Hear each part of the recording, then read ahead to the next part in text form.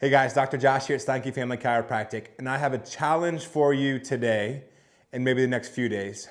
This actually has very little to do with chiropractic, but I absolutely think it'll change your day, it'll change your mental status, and therefore it'll change your health. And some research has even shown it'll improve your immune system. So I think it's a great challenge for just about anybody right now.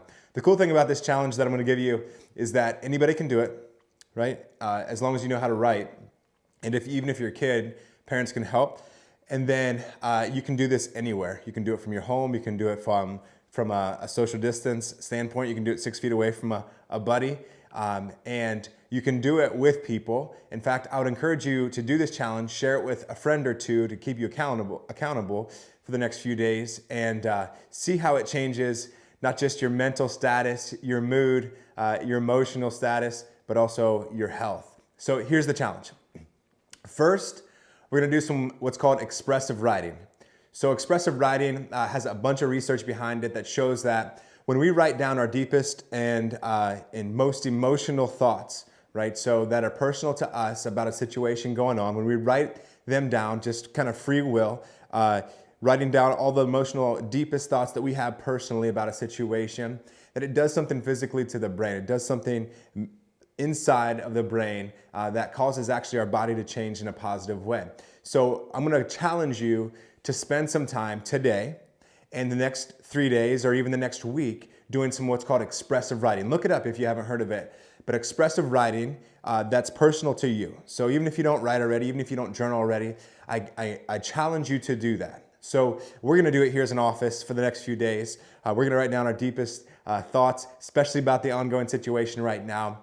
And I encourage you to be kind of like Elsa, just let it go, right? So as an extra step to that, especially for the frustrating things that we are frustrated thoughts, and many of us are holding those in right now. I know if you're like me, lots of frustrations.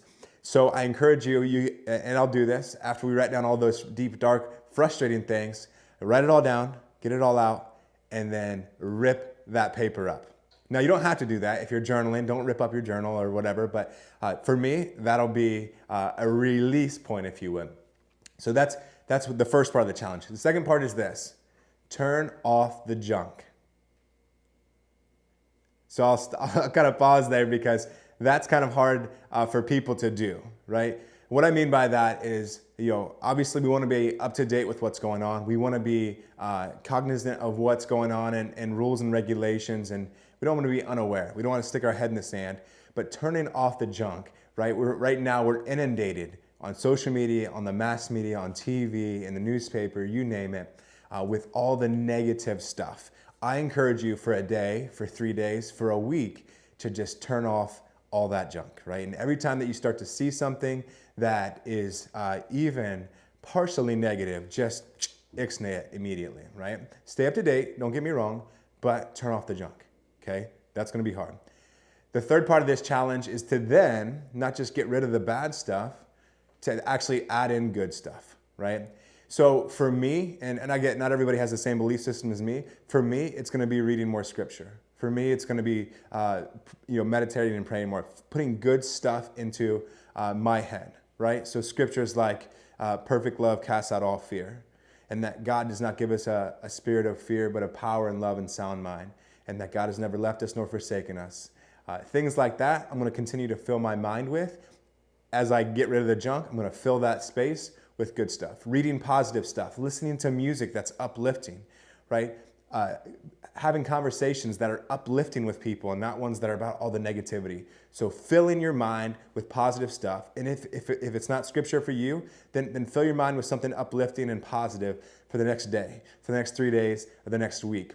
If you do that, and you do that with a friend, I guarantee you're gonna change not just your mental side of things, it's gonna change your health. The research actually shows that's what happens. So I encourage you, this is not chiropractic, but this is absolutely health promoting. So take that challenge, share it with your friend, and let's change our minds this week. God bless you guys.